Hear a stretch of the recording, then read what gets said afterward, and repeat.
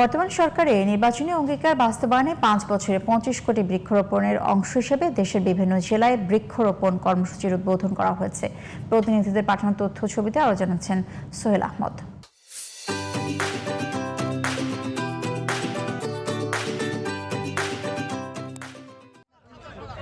দুপুরে ঢাকা মাওয়া এক্সপ্রেসওয়ে মহাসড়কের Dhaleshwari toll plaza এলাকায় গাছের চারা রোপণের মধ্য দিয়ে কর্মসূচির উদ্বোধন করেন বিএনপি চেয়ারপারসনের উপদেষ্টা আমানুল্লাহ আমান এমপি।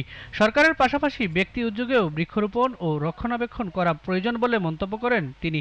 বিএনপির যে সরকার, সে সরকার জনগণের সরকার, অর্থাৎ জনগণের সরকার হিসাবে জনগণের জন্য কাজ করবে, কাজ করছে ইনশাল্লাহ।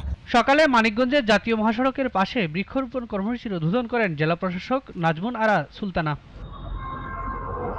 দুপুরে নরসিংদীর জিরো পয়েন্টে বৃক্ষরোপণ কর্মসূচির উদ্বোধন করেন বিএনপির যুগ্ম মহাসচিব খায়রুল কবির খোকন এমপি। বলেন, পরিবেশের ভারসাম্য রক্ষায় বৃক্ষরোপণের বিকল্প নেই।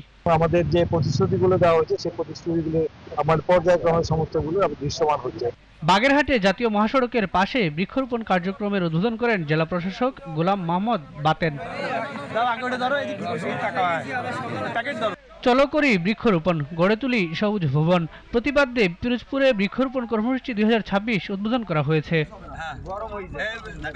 রাঙামাটি চট্টগ্রাম মহাসড়ক সহ 4টি আঞ্চলিক সড়কের দুই পাশে 41,000 গাছের চারা রোপণের কার্যক্রম শুরু করেছে রাঙামাটি সড়ক বিভাগ। নাটোর বগুড়া আঞ্চলিক মহাসড়কের পাশে বৃক্ষরোপণ কর্মসূচির উদ্বোধন করেন জেলা প্রশাসক আসমা শাহিন।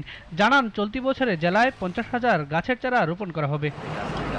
প্রধানমন্ত্রী তারেক রহমান ঘোষিত কর্মসূচির অংশ হিসেবে সকালে সিরাজগঞ্জে বৃক্ষরোপণ কার্যক্রমের উদ্বোধন করেন জেলা প্রশাসক মোহাম্মদ আমিনুল ইসলাম।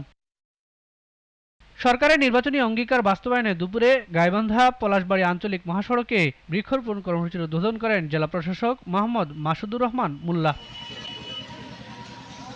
দুপুরে ভোলা সদর উপজেলার পশ্চিম ইলিশা ইউনিয়নের ভোলা বরিশাল সড়কের লাহারি বাজার এলাকায় বৃক্ষরোপণ কর্মসূচির উদ্বোধন করেন অতিরিক্ত জেলা প্রশাসক মোহাম্মদ বেলাল হোসেন। পরে ভোলা বরিশাল সড়কের বিভিন্ন এলাকায় বৃক্ষরোপণ করা হয়।